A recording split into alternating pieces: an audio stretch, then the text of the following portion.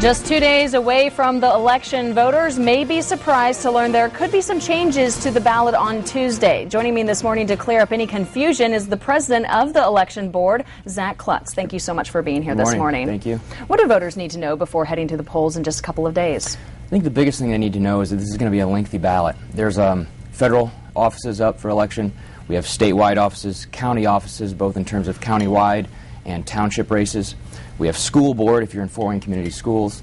We have a judicial ballot for certain judges, both at the local level and the Court of Appeals.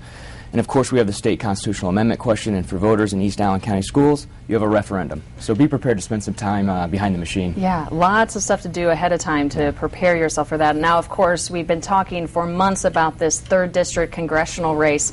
Now, there's not only one place to vote, but 2. Why is that? Well, if we can view early voting questions and predict what questions the voters are going to have on Election Day, it'd be, why is this office on the ballot twice? Voters in the 3rd Congressional District are going to be asked to vote for both a candidate to replace or an office holder to replace the vacancy that currently exists. The winner of that will serve in Congress from shortly after the election up until January 3rd, 2011, about 2 months.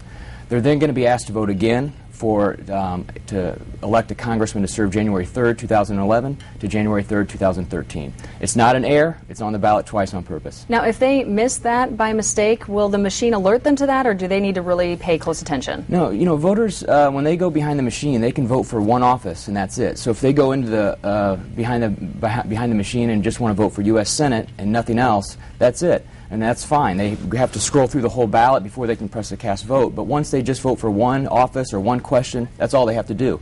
The second question we're getting is, do I have to vote for both the vacancy and the new term? And the answer is no. You can vote for just the vacancy if you'd like, or you can vote for just for Congress for serving 2011 to 2013. You don't have to vote for both. Okay. Now, quickly, you had mentioned briefly at the top of our interview, but depending on where you live, you could have some extra questions on the ballot as well? If you're in East Allen County Schools, you're going to have a referendum question. If you're in the Fort Wayne Community Schools District and a registered voter, you're going to be voting for school board members.